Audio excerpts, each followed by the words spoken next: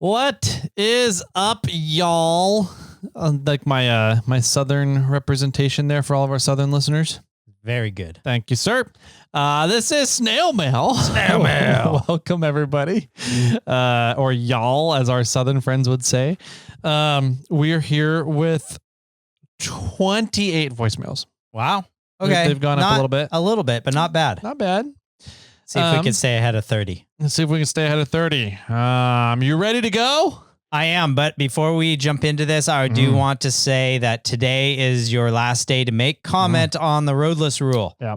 So if you have no idea what I'm talking about, go listen to what was Wednesday's episode with Blue Ribbon Coalition talking about the Roadless Rule. Yep. If you do know what I'm talking about and you have not made comment yet, stop what you're doing right now and go make comment. There's links in... I'll add a link to the bottom of this one too. Okay. But there's links in the bottom of the Blue Ribbon Coalition. I think it's 639. I don't know what the title is going to be. There's links there, and there'll be a link at the bottom of this email or this show note as well. So go make comment. Cool. I am now ready. Sweet. I like it. I approve. My name is Tyler Larson. I approve of everything my friend here just said. Perfect. All right. First, the caller up. Yeah. Nick from Montana. Nicholas. See what Nick's up to today. Hey guys, Nick from Montana here. Hey Nick. Calling in about Lassen. That Jimmy, I think it's totally reasonable for the missus and the mini to get up there. I remember my mom bribed my little sister with a mood ring to summit Mount Lassen. She was, I don't know, 5 or so at the time. But there's a whole long history of traumatic hikes in my childhood. That explains a lot. Half Dome at like 10. And then almost watched my mom fall off the cliff, one of the cliffs there at Nevada Falls, when I was 11 or 12. Anyway, that's all. Lassen's super cool. I, too, as a young kid, was paranoid about Lassen exploding because we lived in Paradise, and I thought for sure that we were going to get lava running down the hills, and it turns out it's just wildfires we had to worry about. Yeah. I think that's it. I've got a would you rather. Tyler, here you go. Your wife and Jimmy have switched bodies. You need to have sex with one of them in order to switch them back. Who are you choosing? All right. Love you, Friday. See you later. Thanks, Obviously, Nick. I'm taking Jimmy and my wife's body for sure. Yes. Yeah. I agree. Yeah. Your wife's body, but you're having your personality, you. Me. Yeah. So you're having sex with me. Yeah. Okay. That's a good one. That's funny. Yeah. That's pretty funny. That is pretty good, Nick. Thanks for calling in. Yeah, definitely. I think we're going to attempt to get passes again to Mount Lassen for next summer. And at least the assistant and I are going to summit. Nice. We'll see if we can drag the mini assistant up there. The secretary sounded really interested when I was talking to her about that. Yeah? Okay. So we might have to hook up with you guys and see what we can do. In like switching bodies kind of hook up? Yep. Or I was talking about that still. What were you talking about? Got it. Okay. I'll put Reed in a backpack and I'll hike him up there. There you go. Yeah. Awesome. Thanks, Nick, for calling in. Next up, what's your name? What's your name? Oh, his name is I don't know who it is. All right, here we go. Welcome to the SnailTrail Rating Podcast. If you like talking about trail ratings, hearing about trail ratings, and maybe even overcomplicating trail ratings, then this is the podcast for you. Welcome to the show. My name is Tyler. With me is Jimmy, and for the next 47 episodes, we will keep talking about trail ratings. I like this show. Where do I listen to this show? Yeah, I need to go to that too. I might just use that for our next intro. We'll just throw that in for the intro for this snail mail. Yeah. That's funny. It sounds to me like somebody's a little sour over trail ratings. Yeah, well, we also have gotten an email from one of our subscribers that has said pretty much stop it. Yeah. So it's not us. We've stopped talking about trail ratings in all the normal episodes. We don't bring it up in snail mail. It's you guys. Just wanted to point that out there. You guys are the ones that keep bringing up trail ratings. True. So, anyways, about trail ratings, Jimmy. Yeah. I had this new idea. Okay. I'll tell you off air though. Okay, good to know. Well, our gentleman that called in said to use, what is it, trails.org? Or it's a 4x4 trails. All trails? Not all trails. Yeah. It's the 4x4 trail one that like goes out and maps the trail and then has their own like turn by turn diagnostic and everything. I forgot it was. I think it's like 4x4 trails or off-road. It's off-road trails. Okay. And they have a trail rating on their website, and it has, it has like if you're a moderate build, the trail's this difficulty. If you're an extreme build, the trail's this difficulty. Okay. And that's all it says. So he sent me still kind of Rubicon. a two variable system. It was. Yeah. But he sent me the one for the Rubicon, and I think it was if you're a moderate build, it's a 7. If you're an extreme build, it's like a 2. Yeah. I wouldn't put it at a 2, but I don't know. It maybe it was a little higher, 5 or something. But yeah, 4 to 5 maybe for an extreme build. Yeah. But I was like, okay, yeah, that's in a way that's sort of what we're talking about. That's just how do you simplify it? You're just putting your vehicle into one of those categories. Yeah. And we're not making it mathematical. But yeah. I have an extreme Subaru build. There you go. How difficult is that going to be now? I don't know. It's not on that list. But it's an extreme build. True. Yeah. I got this sweet lowered build. I have an extreme slammed stout. What are we? Yeah, right. What are we doing here? How do we do this?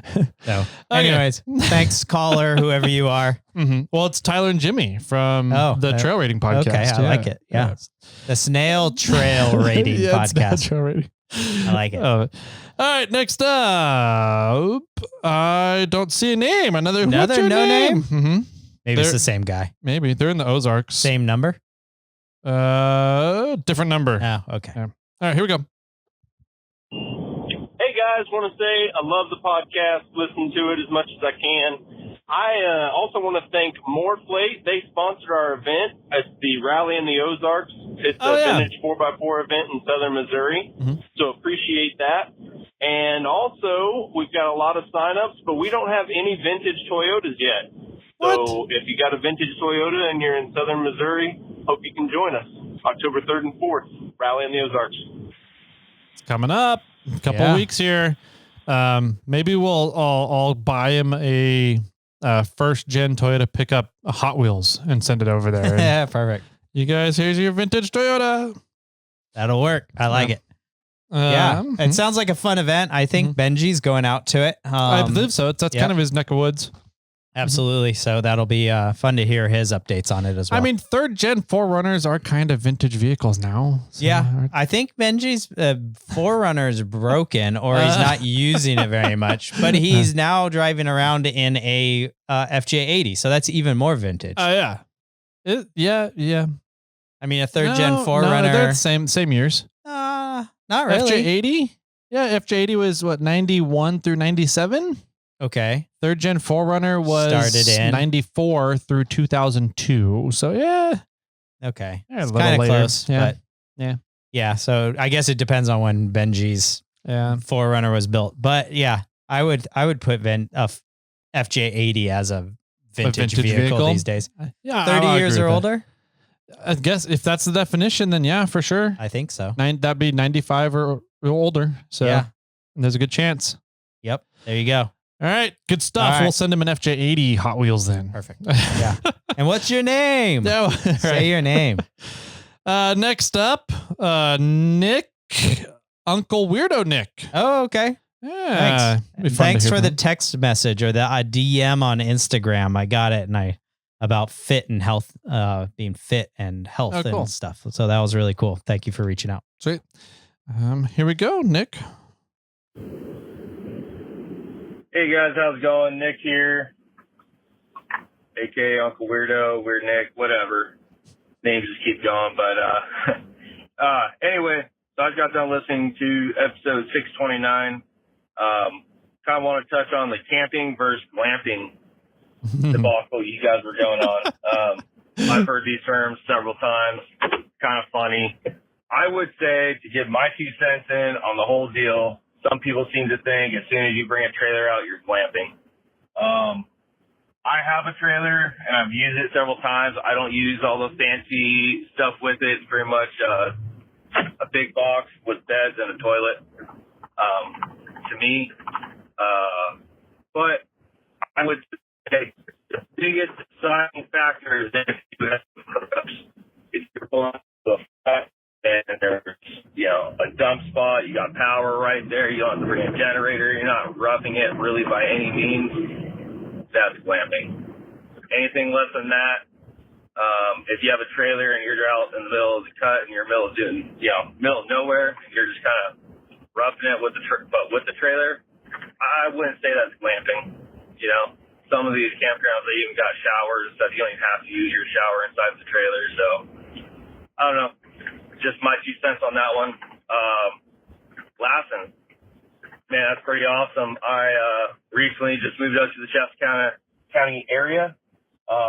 Been wanting to go out there, so it was pretty awesome to hear you talk about, going out to Mount Lassen and all the cool stuff out there. Been wanting to take the kids out there pretty soon, especially since we just got settled in over here in the area, and been hearing all my coworkers talk about it, and so pretty cool to hear you talk about that. If you're ever in the area, be cool to hook up. I'm still trying to figure out some good trail riding and stuff out here as well. Take the side-by-side and some rigs out, go have fun. So if you know of any cool wheeling spots out here, let me know so I can go check them out, or hook up with you guys and we'll go check them out together, whatever's clever. Keep crawling. Bye, guys. Bye, Weird Nick. Uncle Weirdo. Yeah, Nick, Uncle Weirdo, aka Weird Nick. True. That's what he said. Yeah, I think when he broke up, he was really talking about hookups. I love talking about hookups. I know you would. It's kind of how this whole series started. I know, right? I agree. I think he was saying that the difference between camping and glamping is essentially whether or not you're on grid or off grid. Yeah. If you are using the grid somehow, whether that's water supply, whether that's electricity, whether that's a dump station, whatever it is, you're not glamping. I mean, you're not camping, you're glamping. Okay. That's, I think, what he was arguing. Yeah. That's it. And that's, I hadn't thought about it but I'm like, yeah, I agree. But like, if you're bringing out a fully, like, think of like Wayne's RV. Yeah. Is that glamping or is that camping? Yeah. You're not technically on grid. You're out in the middle of a dried up lake bed in Johnson Valley with this 60-foot RV. How long? Longer than that? It's huge. It's a massive, really well done RV. Yeah. Easily $250,000. Is that camping or is that glamping? Yeah, I would consider that glamping. Just no matter where you took that thing, Yeah. I would consider it glamping.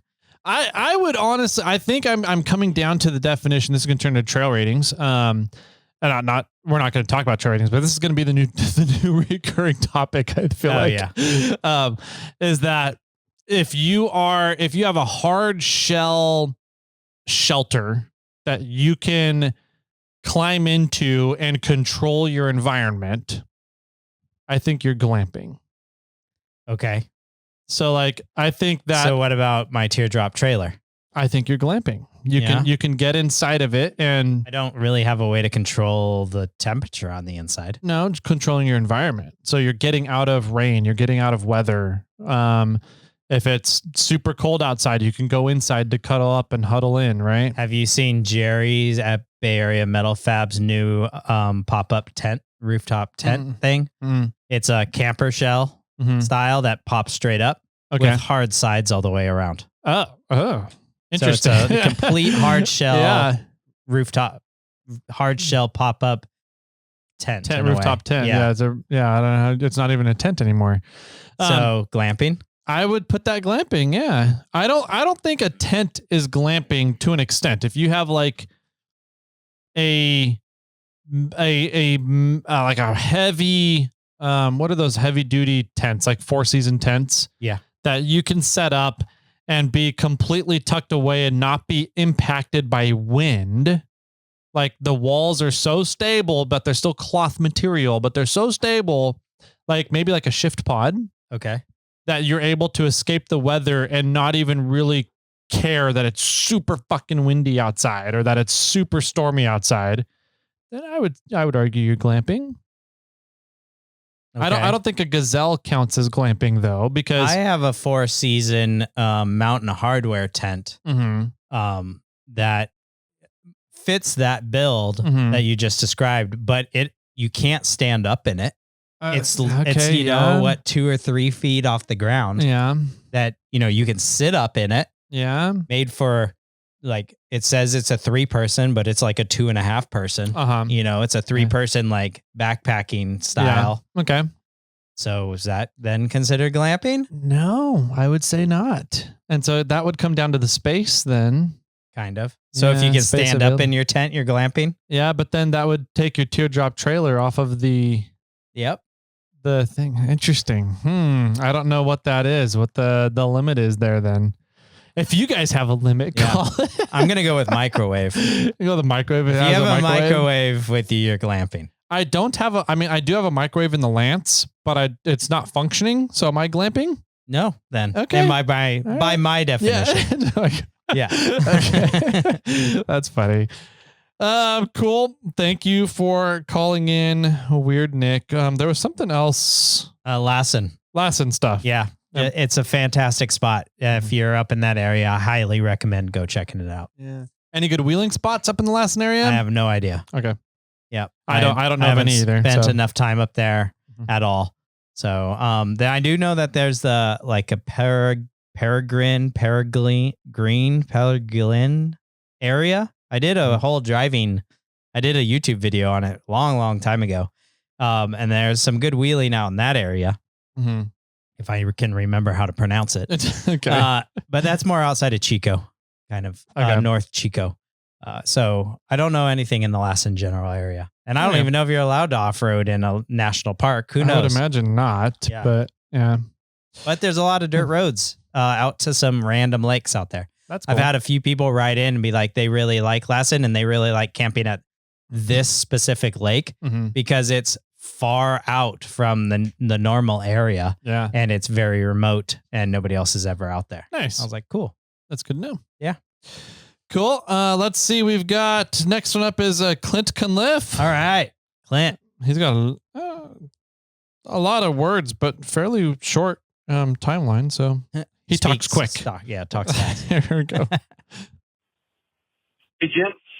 Just driving to Mammoth to do some family car camping and listening to the phone episode, voicemail episode, and want to talk about Richard, who, first of all, I think he's got some anger issues and a little bit of jealousy, but he does make a good point, and that is what I call rig creep, where you build your rig to a certain point, and then there's a lot of things that you used to wheel and enjoy that honestly are no challenge anymore.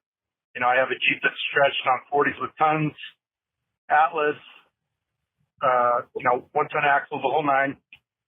And I built it for the hammers because that's where we wheel most of the time. And it's still definitely a challenge there. But, it is kind of cruise control on the Rubicon now. It's honestly a little bit embarrassing when I go up to places like Big Bear down here in SoCal because my rig is so overbuilt that I look like an idiot that I can't drive. I need to bring some, literally a giant hammer to a trail that doesn't need it. So, and then the challenge is gone. Like there's not a lot of fun left. And, you end up building a different rig with, way less capability. And, it's kind of this endless cycle of building it up and then finding that you've got to go somewhere else to get challenged by it. So he makes a good point. And sometimes probably in hindsight, I should have just been satisfied with my rig sometime further back in the build process. And still have found a good challenge in a lot of the stuff that we have to wheel, and now that's largely gone. But budget is obviously a consideration as well. If you had ultimate money, you could have a couple different rigs. That'd be really cool. But a lot of us don't. So anyway, you made a good point, and I just wanted to comment on it. Thanks. I like it. Yeah. I think that's one of the reasons that I'm not really building Bobcat up very much more. Like Bobcat can conquer a whole bunch of things. Yeah. And can wheel in a lot of spots. It's not that flashy. Yeah. Right? It's a It's a standard Toyota build. Mm-hmm. And with, it's got dual cases. It's got the SAST mini truck front axle. Mm-hmm. It's on lease rings on all four corners, and it's on 37s. Mm-hmm. There's nothing special about that anymore. Nope. That's what a lot of vehicles have been there. Mm-hmm. And a lot of people go, you need tons, you need 40s, you need all these other things. And it's like, but if I do all that, then my trails that I wheel the majority of the time are just way too easy. Yeah. And it's not worth it. Mm-hmm.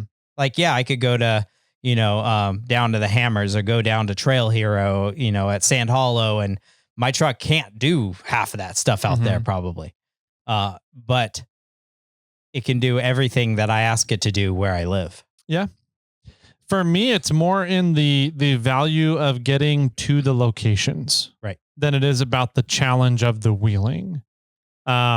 I don't want to have to sit there and pull a diff in the middle of a trail. Okay. I've done that before. Yeah. Jimmy. What? I've done that before on Bobcat on Fordyce. Oh, true. Yeah. And so I don't want to sit there in the middle of a trail and open up a welding shop to weld leaf springs back together for 6 hours. So for me, a lot of the wheeling is more about the destinations, getting to the destinations and enjoying these awesome high Sierra areas. Mm-hmm. So for me, I don't really necessarily want the trail to be a challenge. I don't want it to be, I don't even say I don't want it to be boring to get in, because there's some places I love going to that is just off a paved road and it's boring to get to, right? Quote unquote. So like, I don't know. I just, the allure to rock crawling to me isn't necessarily in the rock crawling itself. It's the awesome destinations you can get to via the rock crawling. Sure. And the other part of the allure is building a vehicle and kind of putting something together, either from my own ideas or with my own hands, combination of both, to see that come to fruition and conquer and make things easier on me, I guess. Sure. So yeah, I totally get the allure though, that some people want the challenge of the trail. Yeah. In which case, yeah, bring a Jeep on 31s with no lockers and have fun. Have it your heart consent. Yeah. And skid plates. Yeah. Yeah. I think there's both sides to that coin, for sure. Obviously. Yeah. It's all up to you. And get to a cool spot, or there's, I want a challenge off-roading. Mm-hmm. Yeah. So, some people are walking in. Trouble just walked in.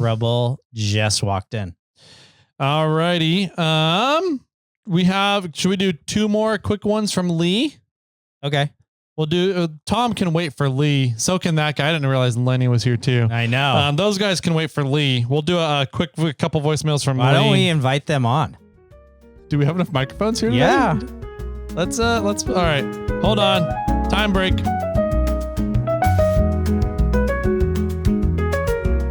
And we are back. If you're watching on the video, we've had 2 gentlemen magically appear over here on the casting couch with Jimmy. I don't even know how much of them is in the video. Maybe here, let's go. I'll go here. Come over here. You guys can scoot down and we'll see. And then Lenny, you'll just have to sit on Tom's lap to get in the video here. So perfect. Wouldn't be the first time. All right, we got Tom Rosa in the house. Howdy, everybody. We've mentioned on the podcast before, you have a Jeep Yoda thing. Correct. Yeah, I've got an 81 CJ5 that has Toyota mini truck axles on it. Okay. Hold the microphone. You got to eat the microphones here, man. They're close range. Okay. Yeah, and I used to wheel a lot with the Toyota boys, and they always had spare parts. And whenever I'd break my Jeep shit, I'd be all by myself. So converted over to Toyota axles and never looked back. Yeah. You can be as hard as you want on those with 35-inch tires and headlight the Jeep is. I did do chrome ollie 30 splines in the front, just because I did have a lot of problems with blowing Burfields out. Yeah. But yeah, I never look back. I mean, you can side slip the clutch at red line and just off you go. Perfect. Which he's done multiple times. Another gentleman we have here on the casting couch is Linnie, Mr. Rock Ranger, who we've definitely talked a lot about on the show as well. Lenny, give us a little rundown of the Rock Ranger. I mean, it's not, I don't even know if you could really call it a Ranger anymore, but what do you got going on with that thing? No, it's a 91 Ford Ranger. Is it really? It's everything on it's Ford, other than the links. All right. So I'm running a Dana 60 front, Dana 60 rear, chrome ollies. Yeah, they're out of a F250, so older 78. Okay. So like a snow fighter. Yep. And dual cases. So I'm running a 1350, 1354. Okay. So it gives me a 6-to-1 crawl. Nice. Sitting on 42s. Mm-hmm. So stock motor, stock transmission. So okay. Wow. I thought you had redone the motor in that. I didn't think it was a Ranger motor anymore. No, still the 4.0. Okay. All right. Nice. All right. It is a little bit more Ford Ranger than I thought. Yeah. I'll give that back to you. Actually, all Ford Ranger because it's out of a Ford F250 Ranger. Oh, those old ones. Okay. Yeah. Fair. All right. I've been proven wrong. We have these two gentlemen here really quick. As we're into voicemail, we're going to listen to Lee's voicemail with you guys, but I wanted to give Tom a chance to plug your new YouTube channel and this upcoming adventure you have. Yeah. Congratulations, by the way. Yeah. Oh, thank you very much. Thank you. Yeah. I've been working all my life because I had kids young. And so I wasn't able to do the whole adventure thing when I was a kid and younger in my 20s and 30s. So now that I'm at 55, I retired and we're going to rent the house, move everything into the trailer. And then we've got a cab over camper and 2001 Ford F250. So wish me luck. We're going to cross the country for 2 years in a 25-year-old truck with 2 years. 2 years. I thought I read it was 2 months. No, so we're 2 years. We are gone for 2 years. Wow. We're renting the house. That's so cool. We're going to move to South Dakota. Technically, we'll be South Dakota residents for the next 2 years, so we're not paying California taxes. Yeah. We plan on hiking every trail, climbing every mountain, and swimming every creek. I mean, it's just, I like it. And we've got That's a cool. YouTube channel to start sharing the adventure because we have a lot of family and friends and honestly, I'm not the type of guy to call somebody up and say, hey, guess what I did today? But I'm cool behind the camera to say, here's what we did. Here's our adventure. So currently right now, the YouTube channel is mostly just the build videos and how we're preparing. Prepping, getting ready. Yeah. We're putting diesel heater in the camper. We're doing extra water storage, lighting for it. So we can have lighting on the camper all around and just little tricks and tricks that come along with that. The channel is on, YouTube. Cut out the slow pop. Yes, YouTube. YouTube. TK Compass. Basically, it's TK Compass at YouTube, and that's where most of our channels are going. It's Tom and Karen. We're just adventures, and hopefully, we'll get to see a lot of stuff. And this won't be a easy trip. I mean, we've literally gone from 2,200 square foot house to 120 square foot house. Granted, when we open the back door, it becomes infinite. Our square footage is infinite, but if the weather turns crappy and we're stuck inside, it's going to be tough. I mean, we're two older couples that met each other later in life and we have our own ways of living and our own ways of exploring. And when we can't get away from each other, it's going to be, hopefully we'll be able to catch that too, on the video. That'll be fun. Yeah. It's not all positive. It's some of the life experiences. Yeah. That's cool. Hope you guys can follow along. Yeah, it's going to be a lot of fun. We'll have to remote in with you at different points along the journey. Oh, that'd be and bitchin'. give us updates on the podcast for everybody. So sounds like a really fun adventure. I'm looking forward to watching and following along and seeing what you guys are up to. So I watched one of your videos was it your first video you came out with? I saw one of them where you were like, you had your yard sale and you're just like selling everything out of the house. You're like, what do you want? How much do you want it? Take it away, please. Let's get it. I have all these, like, you're like Tyler. You had, I don't know how many camping chairs you had.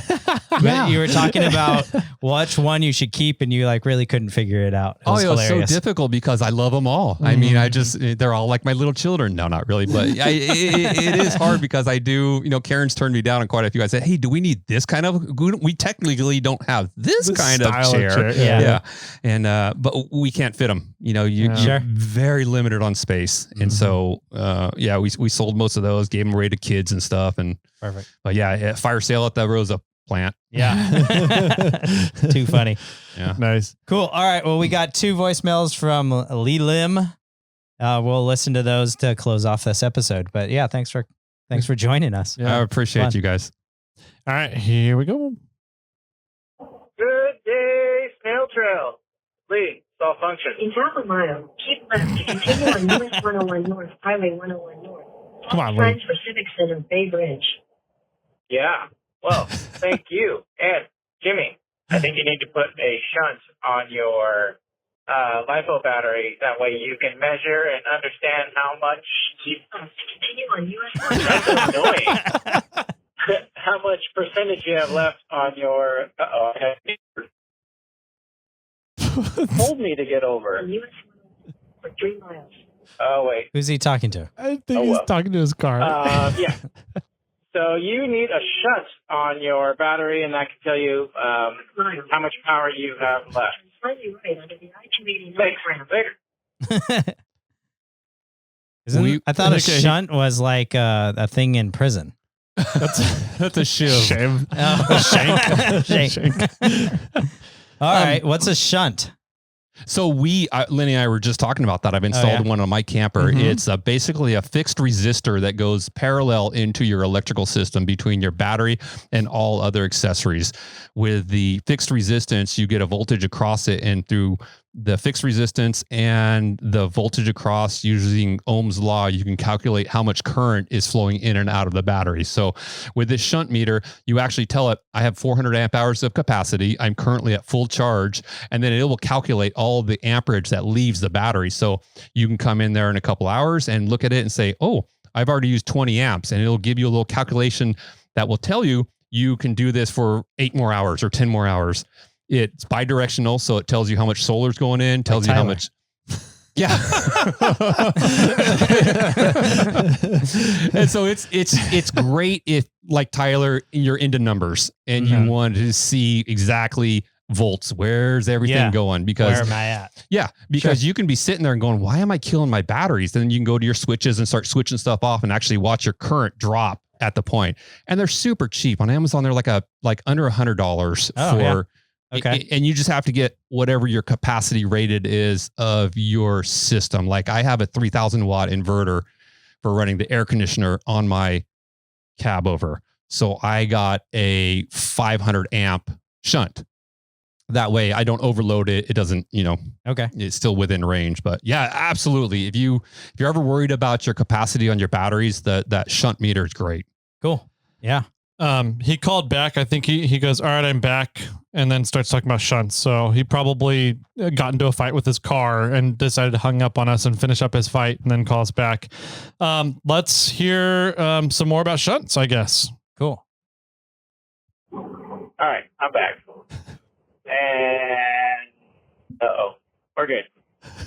So sure. Back to the shunts. You can get them on Amazon. You get a cheap one for like $40, I think, and it goes on in between the negative terminal on your battery and the rest of your system, and it will measure how much power you use and how much you have left once you set it correctly. So you can start it from a dead start or when it's completely dead and charge it up, and that'll tell you how many amp hours you actually have in that battery, and then let you know how much you drain from there. Or you can charge it all the way and set it at whatever amperage the battery tells you it has.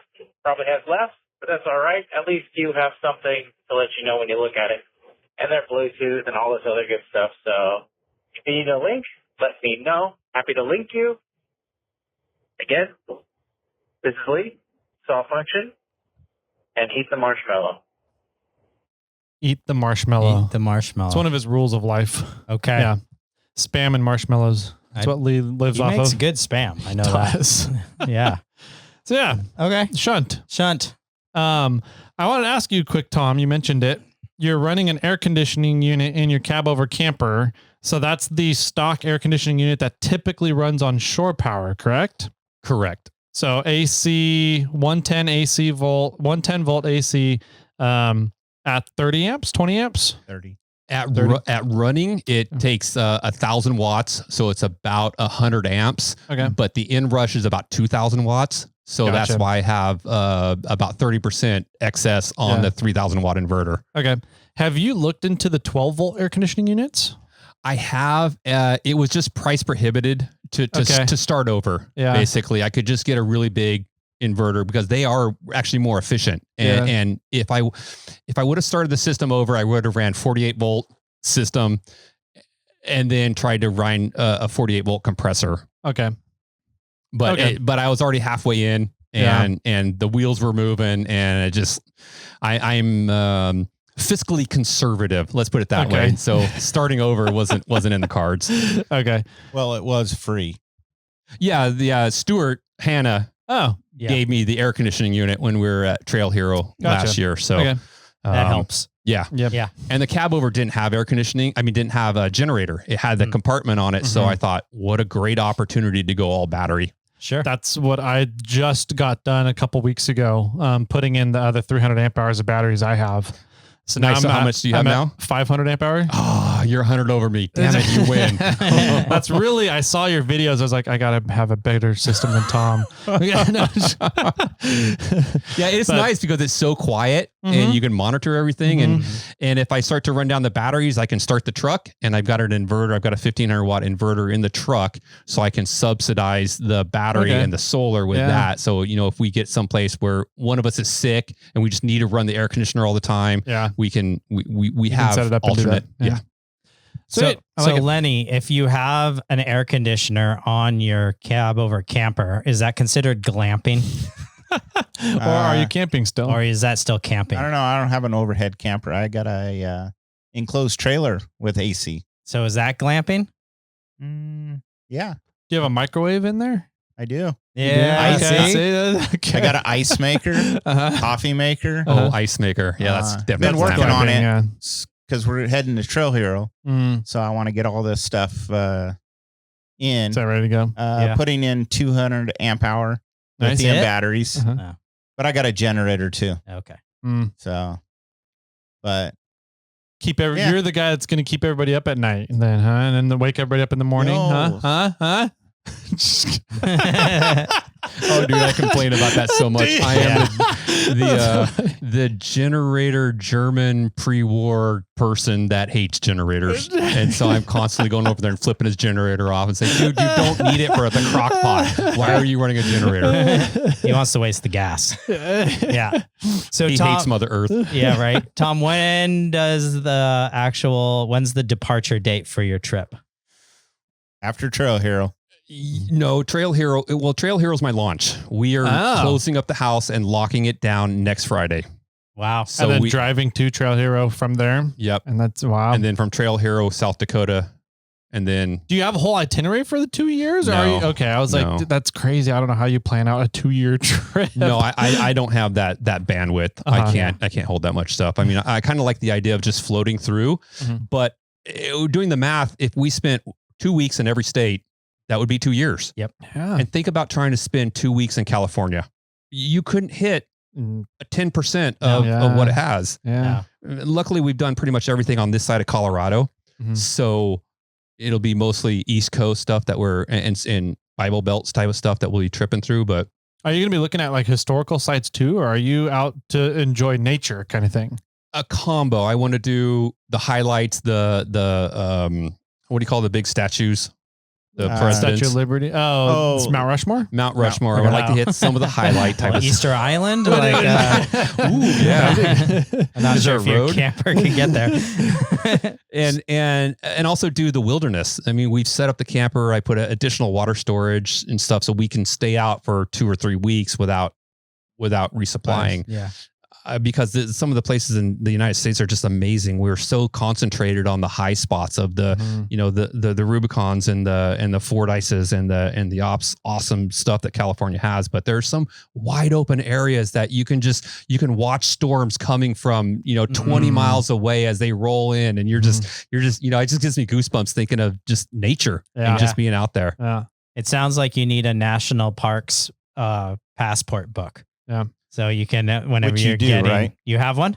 No, we just have the National Park Pass. We don't have that. Yeah. Yeah. Cause every park you go to, they have like individual stamps, and then you can fill your book up with all the national parks you go to. When the kids were young, they used to do the Junior Ranger program where we would drag them through. They stamp and they have to do the little test and everything. Yeah. That was awesome.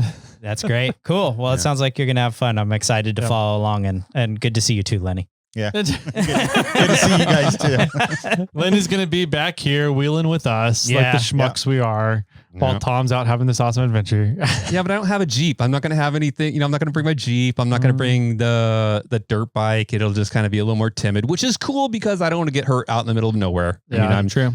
Are you bringing emergency community? Do you have a Starlink or what's your? No Starlink, but I did get the iPhone 15, so I do have that satellite communication.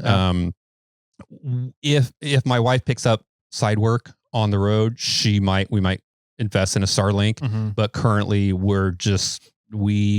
my buddies loaned me something like 400 movies that he used to rip off of Netflix. Copyright not infringed.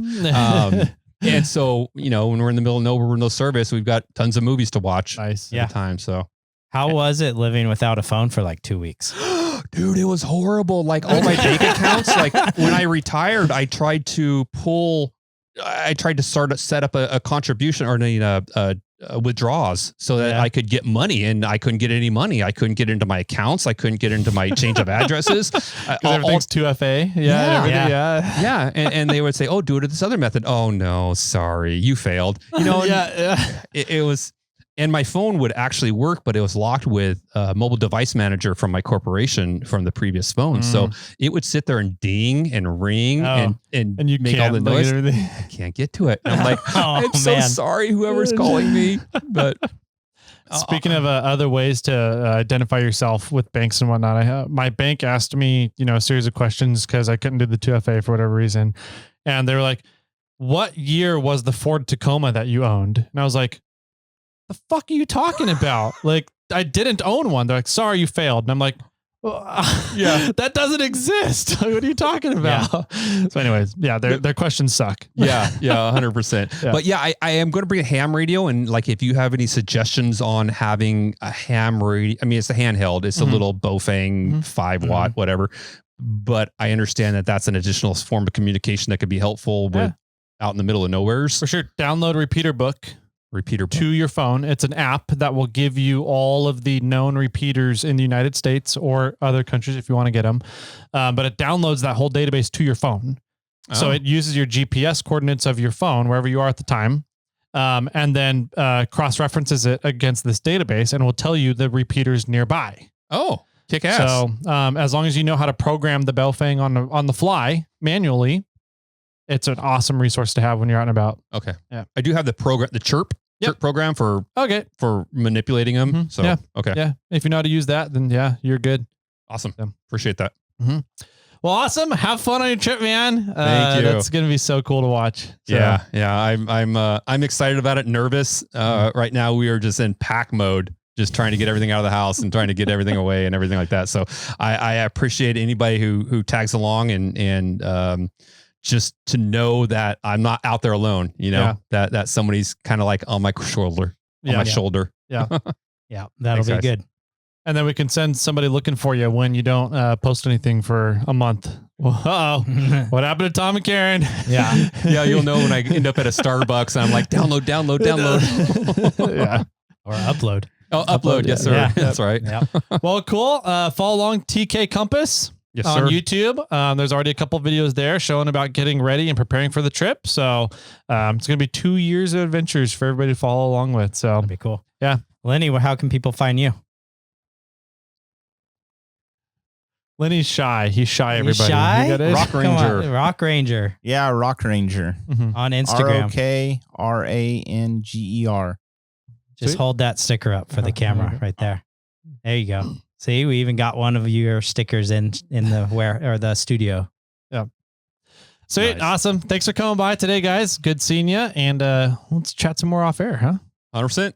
All right. Thanks, gentlemen. Everybody, if you go out and check us out, you guys know how to do that. Leave us a voicemail and we'll go over them. Hopefully we're not get too backed up here. 916-345-4744. That's it. Jimmy, you got anything else? Bye-bye.